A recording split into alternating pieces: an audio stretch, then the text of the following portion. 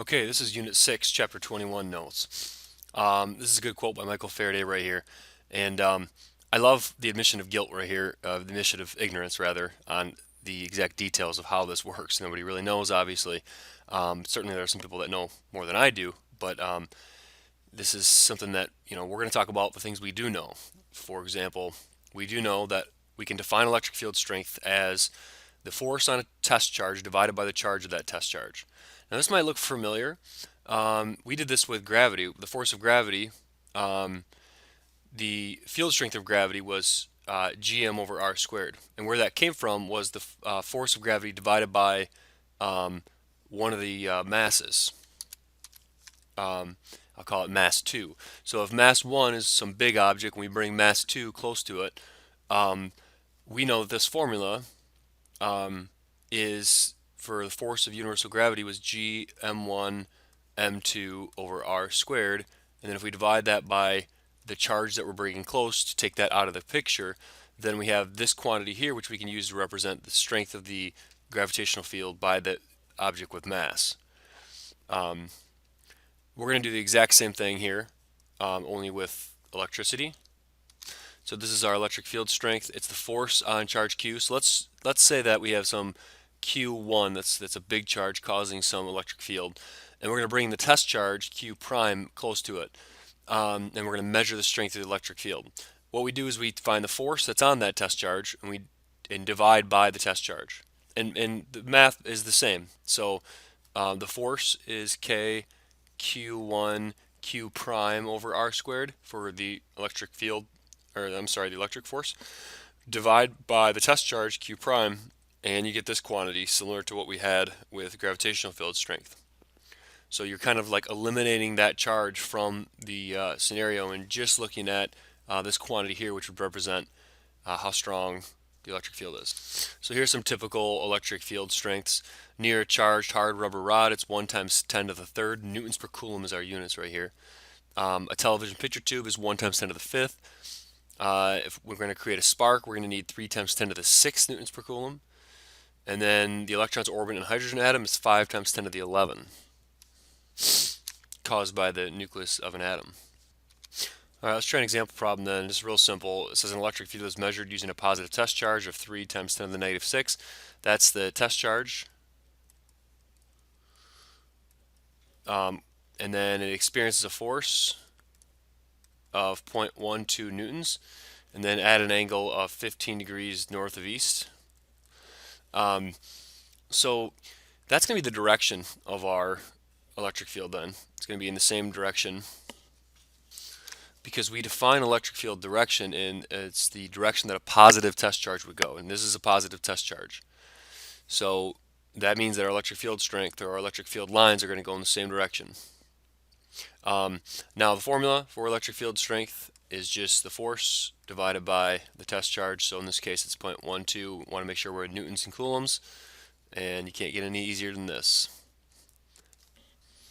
So it's 40,000 newtons per coulomb, and we're going to keep the same angle, 15 degrees north of east. So here's some pictures then of some electric field lines. It's defined as the direction that the lines here are going to point the direction that a positive test charge would go. So if you put a positive test charge near this positive one, it would go away. If you put a positive one here, it would go towards the negative. It's just like gravitational field lines. You'll notice they get closer together. If you were to do a cross section here and here, for example, of the same cross-sectional area, I tried to draw them the same, you'll see more field lines will go through this one, which means that it's stronger near the charge, which we know. If you have multiple charges, then you can get some pretty interesting patterns here. But it's always the direction that a positive test charge would go. Okay, here's some actual pictures of some iron filings with some diodes. You can actually see the field lines. Here would be two on the left would be two particles that have opposite values. So if one was positive, one was negative, then a positive charge would want to go this way. And here's two like charges on the right then. Okay, electric potential difference is something we're going to talk a lot about. We'll call it voltage in this class, and we'll use delta V to talk about voltage or electric potential difference. It's defined as the work that's put on a test charge to move that test charge divided by the charge of that test charge. Here's the formula right here. Okay. Now we learned the work energy theorem earlier this year. So work and energy are interchangeable. So often I'm going to say it's the energy per charge, which would be true because the units in the top are going to be in joules, and on the bottom we're going to have coulombs. A joule per coulomb is a volt, which is on your formula sheet. But this is what electric potential difference is. It's the work that's required to move a test charge divided by the charge of that test charge. So this can be confusing, but if you remember we did the same thing with gravity. So, if we had a ball and we moved the ball upward, then we increase the gravitational potential energy. Okay, the same thing's true with charges. If we have a positive charge here and a negative charge here, and we move that positive charge away from the negative charge, we've increased the electric potential energy. And that right there is essentially, how we get all the energy that we get. The reason I'm able to use this computer and you're able to hear me, and we have the lights in the room, because we basically separate these charges, right? And we later let those charges come together and move objects for us, like turbines and electric motors and things like that. That's basically how we harnessed our energy. So here's a very simple picture of that. You have two charges that are attracted to one another. You do some work, or you apply a force over some distance to separate those charges. And what happens is you go from low voltage to high voltage by doing work. Okay, then you let those charges come back together and do work on you, and you go from high voltage to low voltage. Okay, this word equal potential is a word we might use from time to time. If you have a charge here, concentric circles around that charge have equal potential, right? Because we know that we're not changing the distance at all from here to here, the distance that we are away from the charge. So those locations have equal potential. Okay, here's another diagram to help describe high and low voltage. If we have two charges that want to attract to one another, the further apart they are, the higher the voltage. The closer they are, the lower the voltage. And then the opposite's true of like charges. The closer they are, the higher the voltage. The further apart they are, the lower the voltage. Okay, in this next image, in between these two wires, it looks like we have a pretty uniform electric field.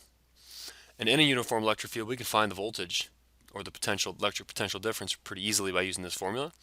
It's the electric field strength times the distance that we would move a charge.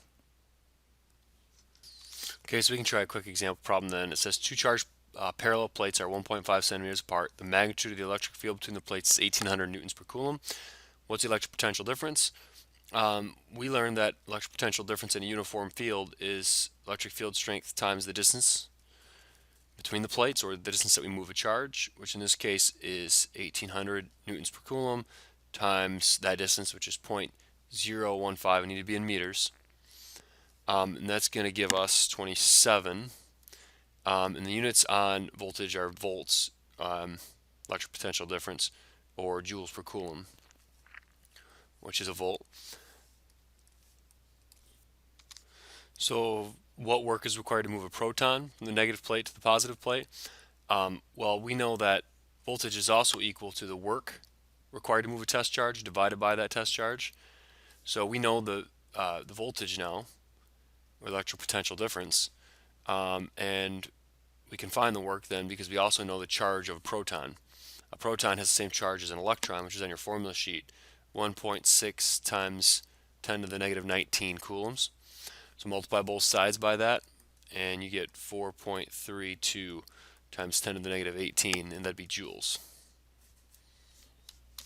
I recommend that you look into Millikan's oil drop experiment. This is it's pretty cool how he found that the charge of an electron basically, and that charge has to be a multiple. The charge on an oil drop, for example, has to be a multiple of the charge of an electron, which is 1.6 times 10 to the negative 19. He basically suspended these oil drops in the air right here, and you have, once they're suspended, the weight pulling down is equal to the electric force. And, to oversimplify this, he basically, found that the charge ends up being always a multiple, even it's obviously it's multiple electrons for an oil drop, but it's always a multiple of this number right here. So you can read more about that. It's on page 573 in the book.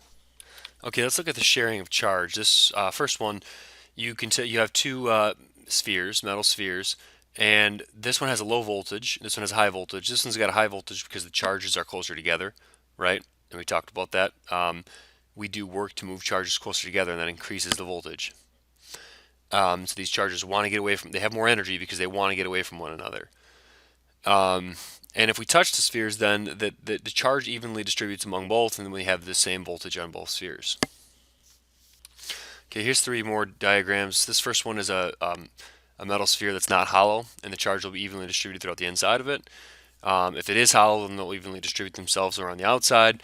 But this is the interesting one. If you have an irregular shape, what happens right here is the charges are grouped closer together. That's actually really important because what that does is that the electric field at this point is going to be stronger than anywhere else. And the sharper the point, the more charges that will be there, and the stronger the electric field will be. So that's how a lightning rod works, right?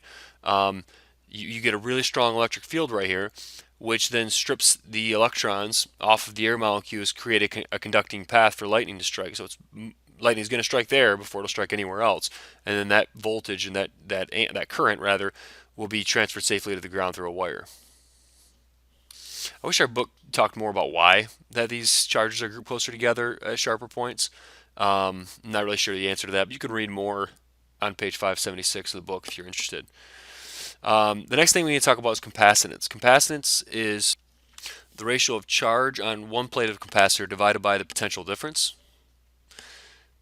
The units on that then would be coulombs per volt, which we're going to say is 1 farad after Michael Faraday. So here's a pretty important paragraph in the book. It just repeats what I had said about one farad is a coulomb per volt. And then also 1 farad is really big because 1 coulomb is a large amount of charge. So most time we're going to be dealing with capacitance values that are microfarads like this or picofarads. But some computers actually can have up to 1 farad of capacitance. But the real important sentence is this last sentence right here. The capacitance depends only on the construction of the capacitor, not on the charge. That's really important. You'd think it would.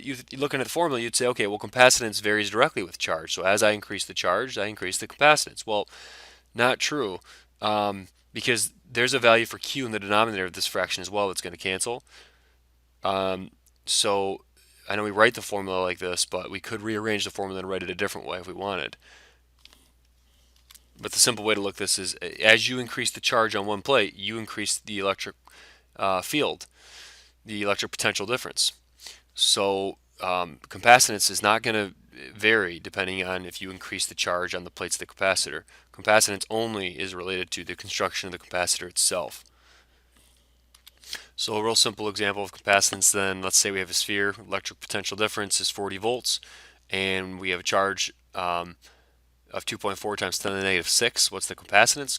Capacitance, we know, is equal to the charge on the plates divided by the electric potential difference between them, which in this case is 2.4 times 10 to the negative 6 coulombs divided by 40 volts, which gives us about 6 times 10 to the negative 8, and then coulombs divided by volts is a farad. All right, let's try the homework for some more practice problems, and hopefully that will help.